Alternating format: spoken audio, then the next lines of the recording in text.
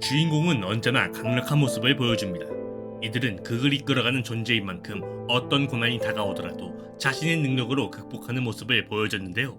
그러나 이런 주인공들 중 몇몇은 끝내 죽음을 피하지 못해 작품 내에서 죽어버린 캐릭터도 있습니다. 오늘 알아볼 캐릭터는 충격적인 죽음을 맞이한 주인공입니다. 타츠미는 아카메가 벤다의 주인공으로 시골에서 살다가 제도로 올라온 소년입니다.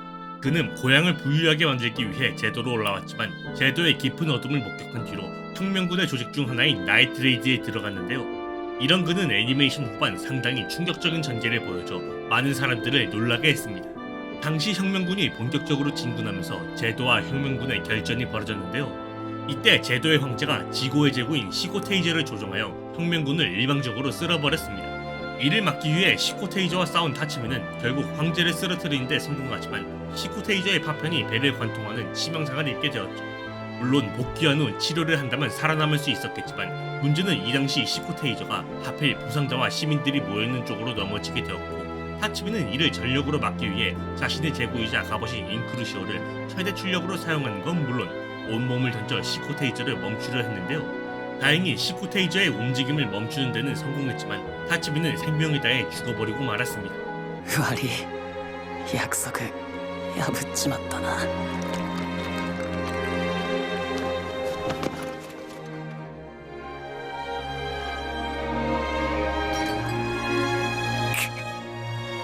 約束しただろ。生きて戻ると言ったのに。辰巳。 타츠미의 죽음이 상당히 충격적인 건 안 그래도 많은 캐릭터가 죽어나가는 아카메가 벤다인데 결국 주인공마저 죽어버린 것 때문인데요. 특히 이마저도 최종화가 아니라 최종화 바로 전화에서 죽었기 때문에 그 충격은 배가 되었습니다. 더욱 안타까운 건 이후 아카메와의 싸움에서 패배한 에스데스가 타츠미의 시신을 안고 같이 얼어붙은 건 물론 동시에 얼음이 산산조각 나면서 시신마저 남기지 못했다는 것인데요.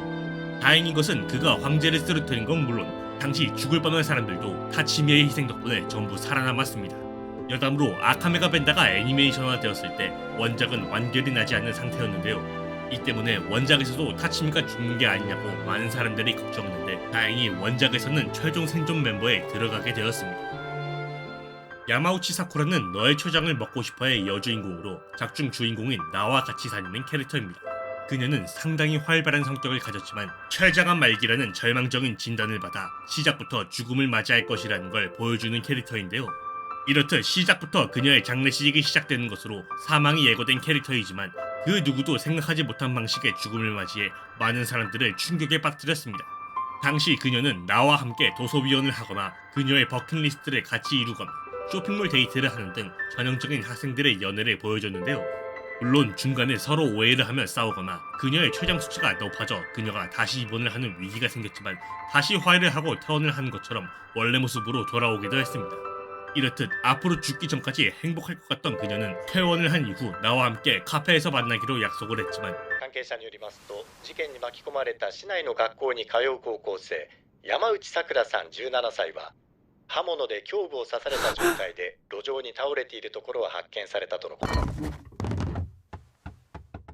発見直後山内さんは意識不明の重体で大丈夫か。目撃者の通報により市内の病院に緊急搬送されましたが間もなく死亡が確認されています。 그녀는 결국 약속을 지키지 못했습니다. 사쿠라의 죽음은 그동안 췌장암이 원인일 것 같았지만 실상은 묻지마 살인으로 인해 사망했다는 충격적인 전개를 보여줘 많은 사람들을 벙찌게 만들었는데요. 특히 바로 이전에 퇴원하는 장면이 나와 마지막 데이트라도 하는구나 싶었던 순간에 갑작스러운 사망이 나와 생각 이상으로 허무하고 슬픈 죽음을 맞이했죠. 거기에 그녀의 갑작스러운 죽음 이후 그녀의 유언장을 읽는 장면은 많은 사람들을 슬프게 하다 못해 오열하게 만들었습니다. 여담으로 그녀의 유언장을 읽는 장면은 어린 왕자를 패러디한 장면인데 당시 보고 있던 많은 관객들이 슬픈 건 슬픈데 연출이 너무 과하다 라는 반응을 보였다고 하네요. 데이비드 마르티네즈는 사이버펑크 엣지러너의 주인공으로 원래는 평범한 아라사카 아카데미 학생이었습니다. 그는 어머니의 죽음과 루시와의 만남으로 메인의 용병단에 들어간 것은 물론 나중에는 용병단의 대장이 되기까지 하는데요. 이런 그는 작중 죽음을 맞이하며 많은 사람들을 충격에 빠뜨렸습니다. 당시 의뢰 중개인인 패러데이에게 붙잡힌 루시가 아라사카에 끌려가게 되었는데요. 이를 막기 위해 패러데이의 함정에 빠진 데이비드는 사이버 스켈레톤을 장착해 자신을 포위한 군대를 전부 박살내고 루시를 구출하러 갔죠. 다행히 루시를 구출하는 데 성공하고 패러데이를 응징하는 것까지는 좋았지만 문제는 이 자리에 용병업계의 전설 중 하나인 아담 스매셔가 있었다는 것인데요. 이에 데이비드는 루시와 동료인 팔코만이라도 탈출시키기 위해 혼자 아담 스매셔에게서 시간을 벌다가 죽는 결말을 맞이하게 됩니다. 結構面白かったぞ。お前ならいいコンストラクトになるかもしれんのにな。知るかよクソ野郎。そうか。じゃあな。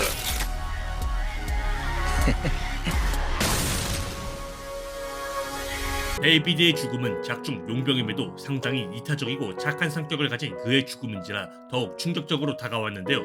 특히 엣지러너를 전부 시청한 사람들에게는 그가 얼마나 처절하고 불행한 일을 겪었는지 너무 잘 알아서 그의 죽음은 더욱 충격적이었죠. 심지어 그가 사이버 스켈레톤을 장착했을 때 상당한 화력과 강함을 보여줘서 이 정도면 구출할 수 있지 않을까 싶었을 정도라 더 큰 충격을 줬습니다. 그나마 다행이라면 이 당시 데이비드의 목적인 루시의 구출을 성공한 것은 물론 데이비드도 이후 아라사카에 끌려가 실험체가 되지 않고 바로 죽음을 맞이했다는 것이죠. 비룡은 극장판 짱구는 못 말려 태풍을 부르는 장엄한 전설의 전투의 주인공 중 하나로 전국시대 당시의 장군입니다. 그는 떡잎성 소속의 무사로 전쟁 도중에 저격당해 죽을 뻔하였으나 우연히 전국시대로 시간이동을 한 짱구 덕분에 생존할 수 있었는데요. 이런 그는 그 누구도 예상하지 못한 죽음을 맞이해 많은 사람들을 슬프게 했습니다. 당시 비룡은 짱구 가족의 활약으로 흑갈성과의 전쟁에서 승리하여 돌아오는 중이었는데요. 이때 그는 짱구와 이야기를 하던 도중 짱구가 비룡의 작은 검을 가지고 싶다 하거나 연희 아가씨를 보고 얼굴을 붉히는 등 전쟁도 승리했겠다. 앞으로 행복해질 일만 남은 것 같았죠. 그러나 죽음은 그 누구도 예상하지 못한 곳에서 그에게 다가왔습니다.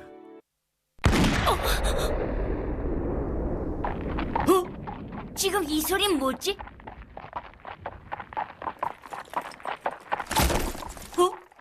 비룡의 죽음은 모든 것이 끝난 이후 너무 갑작스러운 죽음을 맞이한 것이라 많은 사람들을 충격에 빠뜨렸는데요.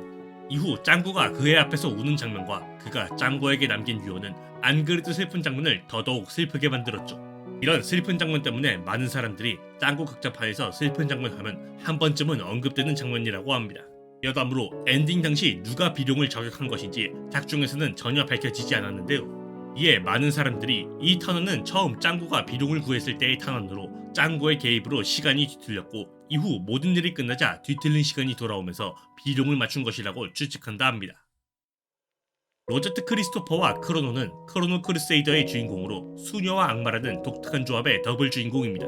이 둘 중 로제트는 자신의 사라진 동생 요슈아를 찾기 위해 수명을 대가로 크로노와 계약을 맺었고 이후 막달라 수도에서 악마를 퇴치하며 동생의 행방을 찾아다녔는데요. 이런 둘은 작중 후반 그 누구도 예상하지 못한 우울한 결말을 맞이해 많은 사람들을 충격에 빠뜨렸습니다. 당시 흑막이던 아이온에 의해 로제트가 조종당하며 흑화되어 그의 계획에 이용당했는데요. 이때 크로노는 아이온을 공격하며 로제트를 되찾았고 로제트와 크로노는 함께 아이온을 쓰러뜨리며 모든 일은 마무리되나 싶었습니다. 그러나 아이온에게 공격당한 크로노를 부활시키기 위해 로제트는 너무 많은 생명을 바쳤고 크로노 역시 로제트에게 에너지 공급을 받지 못해 상당히 쇠약해졌는데요. 결국 로제트는 수명이 다해 죽었고 크로노 역시 로제트와 함께 사망하게 되었습니다.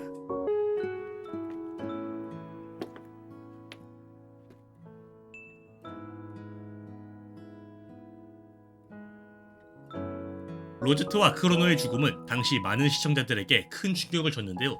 특히 둘이 덤덤하게 죽음을 받아들이는 모습도 아니고 죽고 싶지 않다며 오열하는 현실적인 모습을 보여줘 애니메이션이 이렇게 우울해도 되는 건가? 라는 반응이 나올 정도였습니다. 더욱 충격적인 건 그렇게 막으려 했던 아이오는 결국 부활한 것은 물론 또다시 세상에 큰 혼란을 가져오는 게 엔딩이어서 그동안 두 주인공이 그를 막기 위해 목숨을 바친 것조차 아무것도 아니게 되어 더 충격을 줬죠. 이렇듯 애니메이션 방영 당시 상당히 우울하고 충격적인 엔딩을 보여줘서 많은 사람들에게 크게 비판받았지만 현재는 그래도 종교적인 시선으로 보면 전개가 납득이 간다며 재평가가 이루어진다고 하네요. 여담으로 원작에서도 로제트는 24세라는 어린 나이에 수명이 다해 사망하게 되는데요. 그나마 다행인 건 이때는 아이온을 막은 것은 물론 마지막에는 크로노와 제외하며 행복을 맞이해 애니만큼 우울한 결말은 아니었다고 합니다. 오늘은 애니메이션 속 충격적인 주인공의 죽음에 대해 알아봤습니다. 작품을 이끌어가는 주인공의 죽음이어서 그런지 전부 충격적인 전개인 것은 물론 하나같이 많은 사람들의 머릿속에 잊히지 않는 것 같네요. 여러분들은 어떤 주인공의 죽음이 가장 충격적이신가요?